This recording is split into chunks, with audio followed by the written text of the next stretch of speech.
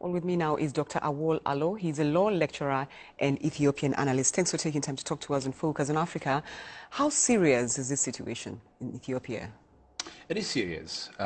If this is indeed, as the government says, a coup attempt with the intent to overthrow the government and take control of government at the regional level. Although this is impractical because you have a second layer of government, which is the federal government, that would come in and take you out.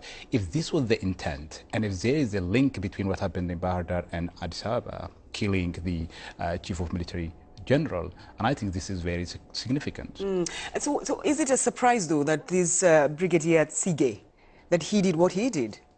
It is surprising in the sense that you can't really expect from somebody who has been in the military for a very long period of time, who has been head of the regional security for more than a year, to do such a daring thing. So it is surprising from that point of view, but in some ways I think he has been saying pretty inflammatory stuff, and so at some point I think that would take the next step was pretty foreseeable. When you talk about inflammatory stuff, I wonder whether the Prime Minister, the way he's governing right now, is helping with the issues of ethnic tensions. Ethiopia is a highly divided state. It's a fractious nation. The Prime Minister essentially inherited a dystopian nightmare.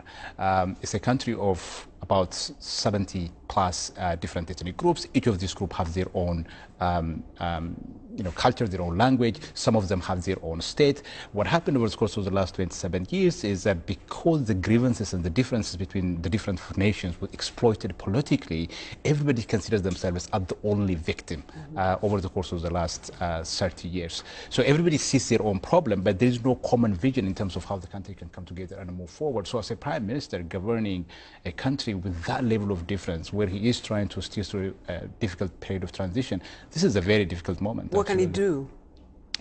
Well, I think there is no easy fix to Ethiopia's problem. This is going to take a very long time, but I think forging forward with the paths of reform, democratization is the only option. I don't think going back is an option for Ethiopia. But most importantly, I think it's important to restore law and order, one of the most significant problem. The problem that happened over the weekend is not really separate from the broader problem of law and order.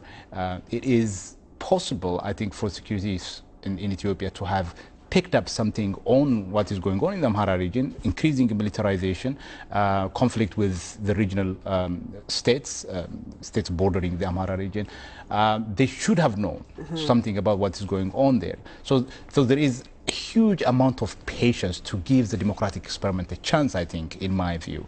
And that has made the government and the country to pay some pretty, I think, heavy price.